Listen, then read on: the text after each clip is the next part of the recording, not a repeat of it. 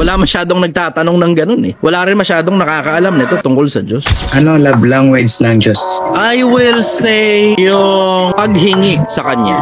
Kumbaga reverse act of service. Isa sa mga love languages din ng Diyos yung words of affirmation. Paano ko nasabi? Papapansin mo, purihin mo ang Panginoon. Mababasa mo yan paulit-ulit sa Biblia. Na-appreciate ng Diyos yun eh, pagka pumupuri sa Kanya matitinong tao. Tapos nasabi ko rin, yung reverse act of service, ikaw yung humihingi. Kasi merong talata sa Biblia, sa isang talata ng Kawikaan, ang hain ng masama ay kasuklam-suklam sa Panginoon. Ngunit ang dalangin ng matuwid ay kaluguran. Kung paano ang isang magulang natutuwa kapag yung mabuting anak niya humihingi sa Kanya. Ganon din ang Diyos. Natutuwa siya kapag humihingi sa Kanya yung mabuting anak niya. Wala masyadong nagtatanong ng ganon eh. Wala rin masyadong nakakaalam nito tungkol sa Diyos. Pero if you will only take time para unawain yung gumawa sa iyo, siguro malayo ang mararating mo sa pagdating sa pagkaunawa. Hindi lang talaga tayo nagda-take time para unawain siya kasi ang gusto natin, tayo lang yung inuunawa.